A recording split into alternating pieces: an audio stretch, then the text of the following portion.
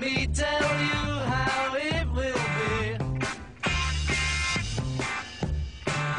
There's one for you, 19 for me.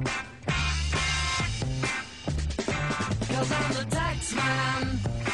Yeah, I'm the tax. The end of the decade is approaching, and that has Jason Rosenbaum looking back on the last 10 years and how the time will be remembered.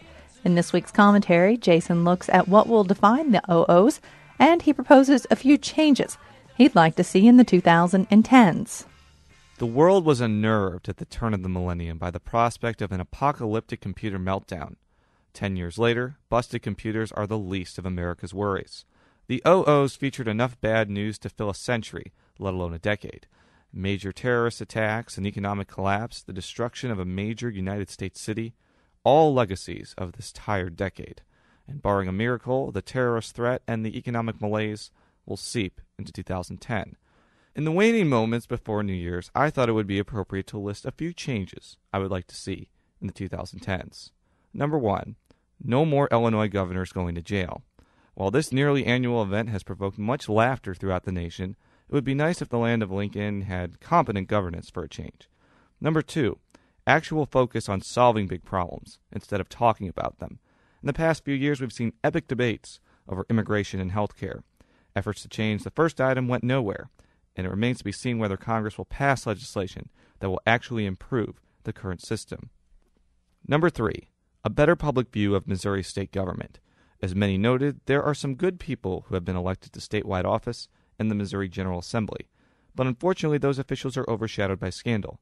Whatever comes of legislation dealing with ethics, let's hope that lawmakers can conform themselves to higher than expected values. Number 4, the deportation of the Black Eyed Peas. Seriously, they are terrible.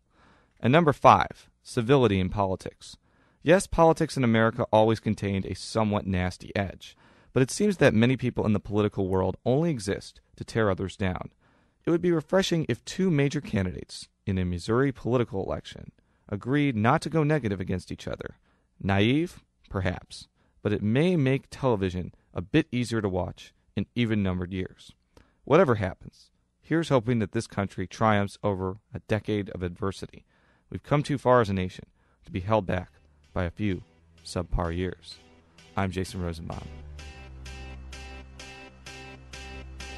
Have a happy and safe New Year's. For more political news, remember to visit KBIA.org.